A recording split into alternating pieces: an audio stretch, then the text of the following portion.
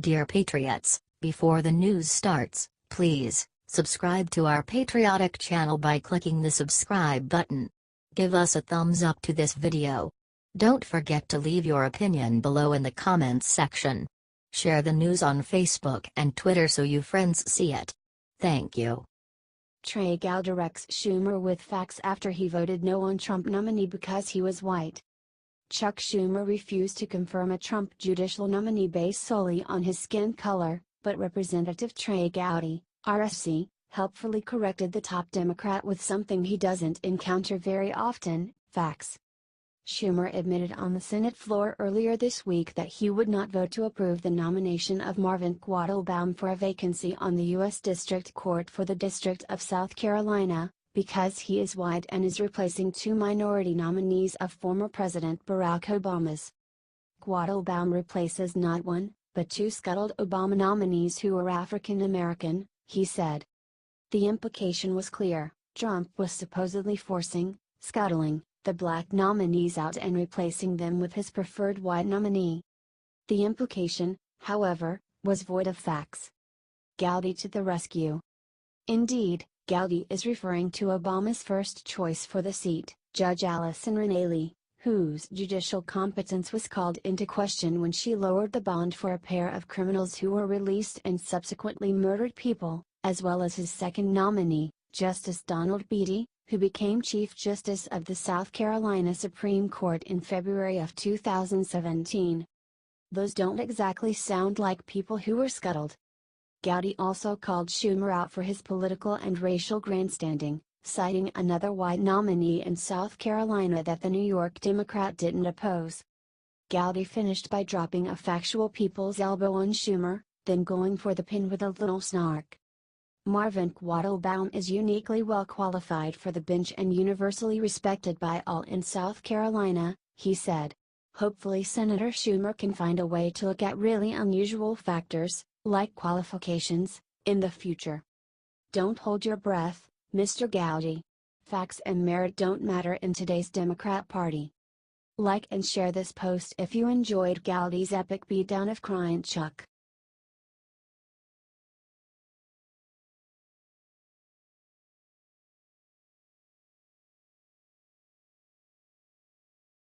Devin Nunes drops a Moab on the Russia investigation, claims there is evidence of collusion. Republican Representative Devin Nunes of California shared some startling news about the Russia investigation Saturday, claiming there was clear evidence of collusion on Fox News' Cavuto Live. Nunes said he welcomes more investigators to look into Foreign Intelligence Surveillance Act, FISA, court abuses and said he is glad the Inspector General is getting involved. We have a media that pretty much refuses to cover this issue at all. We have serious abuses that occurred in the FISA court against the Trump campaign, Nunes said. We continue to get facts. We will bring those facts forward as we see them. Nunes said there is evidence of collusion, but added it occurred between the Democratic Party and Hillary Clinton, while the Russians and had nothing to do with President Donald Trump. I welcome anybody to come help investigate, because so far it's only the House Intelligence Committee Republicans who are actually doing anything to get to the bottom of who is colluding with Russia, he concluded. The more we peel this back, we have clear evidence of collusion, but it's not between the Trump campaign, it's between the Democratic Party and the Hillary campaign and the Russians. Remember a year ago, Democrats were claiming that they had more than circumstantial evidence of collusion, of Trump colluding with Russians, but they keep coming up with goose eggs. They have nothing, Nunes said on Fox and Friends Monday. And so, what do? They attack people who are trying to get to the truth, people like myself. Nunes said he enjoys the criticism from Democrats and the media because it confirms he is doing something right. We actually enjoy the criticism because when you're being criticized like this by all the major networks, and being attacked by the left, we know that we're getting close to the truth, he said. The Republican congressman said this is just the beginning and promised more intelligence on former Secretary of State Hillary Clinton and the Democratic Party about their involvement in federal government corruption. The American people are just beginning to learn the truth about the Hillary campaign and the Democratic Party and their involvement in how they corrupted our institutions, Nunes concluded.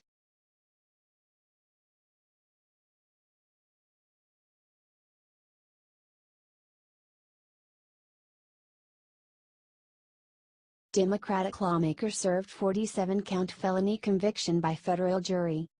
This is hands down one of the biggest political scandals of this century, but no one in the media is talking about it. Another day, another Democrat outed as a criminal.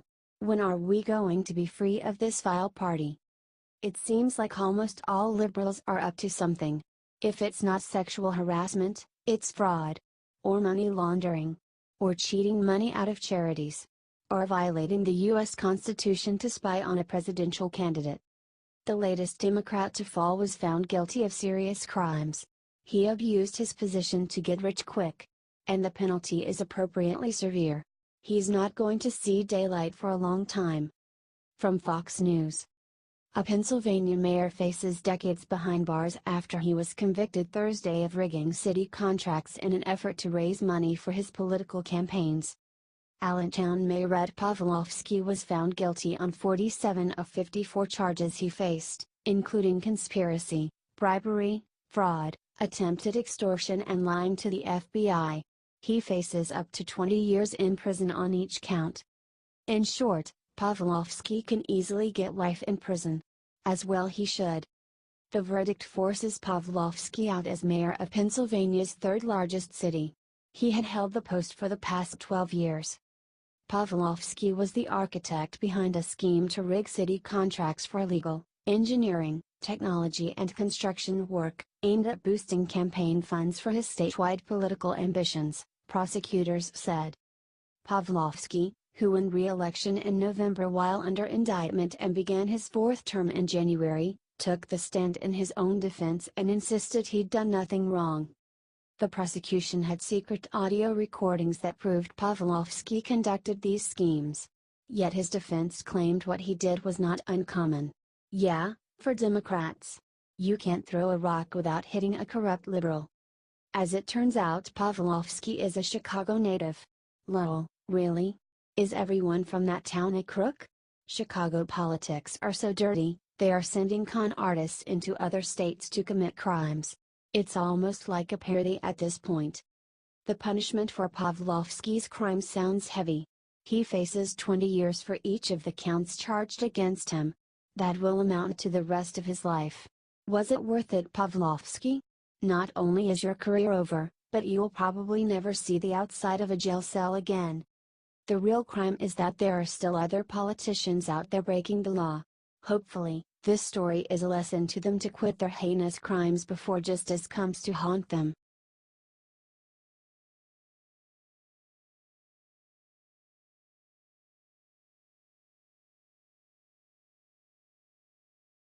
Breaking: White House on lockdown after shots fired. The White House was put in lockdown on Saturday after a person reportedly shot themselves outside on the North Lawn.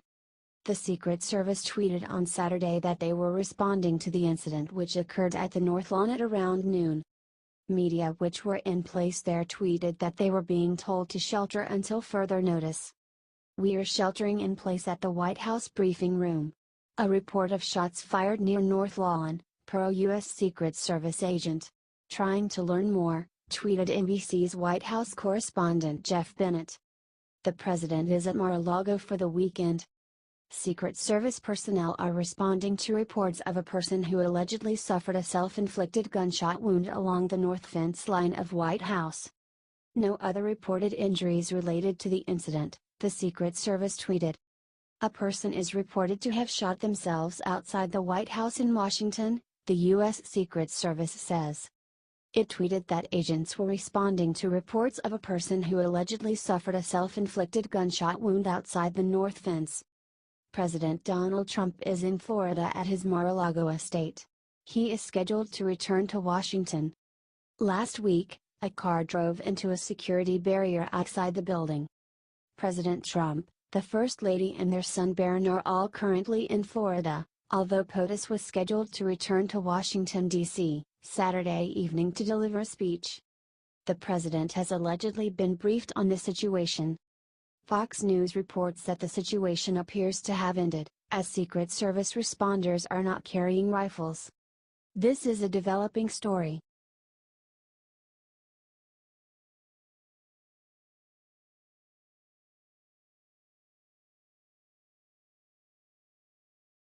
Rand Paul makes move to get rid of federal gun-free zones. Places where guns aren't allowed are the only targets I would consider if I were a crazed, mentally ill killer like alleged murderer Nicolas Cruz or any shooters before him, for one simple reason, because I probably won't face any opposition to my rampage. But still, for some reason, liberal anti-gunners refuse to believe that gun-free zones are not helping their perceived gun violence problem. You think gang shootings in Chicago would stop if the city made it a gun-free zone, which, as far as gun control laws are concerned, it's pretty close to gun-free already. Looks like Rand Paul wants to do something about the federally designated gun-free zones. Washington Examiner reports. Senator Rand Paul, RCI, introduced legislation on Thursday that would repeal a 1990 law banning guns from school zones, a move that fits with his push to arm teachers and other school personnel so they can prevent school shootings like the one that took place in Florida last month. Paul's bill would repeal the Gun-Free School Zones Act of 1990 and all amendments to that law. The law bans weapons in and around all public and private K-12 schools, with limited exceptions. Its supporters say the law is needed to reduce violence at schools. But Paul is a longtime advocate of allowing some teachers to be armed, and has argued along with other conservatives that current law makes schools easy targets for mass shootings.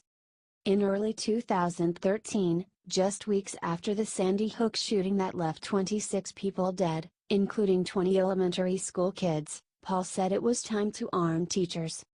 If my kids were at that school, I would have preferred that the teachers had concealed carry and had a gun in her desk, Paul said then, according to USA Today. Is it perfect? No. Would they always get the killer? No. Would an accident sometimes happen in a melee? Maybe. But nobody had any defense, and he just kept shooting until he was tired and he decided to shoot himself, he said of the Connecticut shooting. Share this everywhere if you agree with Rand Paul's actions.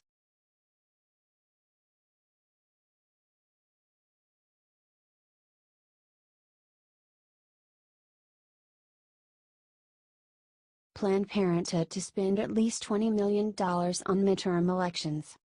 Planned Parenthood is rolling out its largest campaign ever for a midterm election this year, focusing on 8 states with close races for state and federal offices. The organization's political entities, Planned Parenthood Action Fund and Planned Parenthood Votes, are set to spend $20 million on elections in those 8 states, and officials told CNN that number is likely to climb even higher before Election Day. Planned Parenthood chose to target states with competitive Senate and governor's races as a part of a 2-for-1 strategy to shape Congress and also help Democrats in 2020 redistricting efforts. This is our last chance to flip some of those governors' seats before redistricting, said Deirdre Seifling, executive director of Planned Parenthood Votes. A lot of those states have governors who have been terrible for women, terrible for access to reproductive health care. The initial 8 states being targeted are Arizona, Florida, Michigan, Minnesota, Nevada, Ohio, Pennsylvania, and Wisconsin. Planned Parenthood's cash makes it one of the Democratic Party's largest outside spenders. The Women's March after President Donald Trump's inauguration, and its one-year anniversary march this year, helped raise the organization's profile, and Republicans have failed to defund the nation's largest abortion provider, despite their pledges to do so. According to CNN, Planned Parenthood sees Arizona and Nevada as particularly important. Senator Jeff Flake, R., Arizona, is stepping down, while Senator Dean Heller, R., Nevada, is running for re-election in a state that Hillary Clinton won in 2016. Planned Parenthood argues that former Nevada Representative Joe Heck fell in his 2016 Senate bid because he supported defunding the organization. Some House races in California, New Jersey, New York, and Texas may also be targets in 2018. Planned Parenthood is also supporting pro-choice candidates in some Democratic primaries, such as Marie Newman, who is running against pro-life Illinois Representative Dan Lipinski. The group's digital program in these states will focus on engaging voters that are young, minorities, and female, and the organization hopes it will foster greater activism.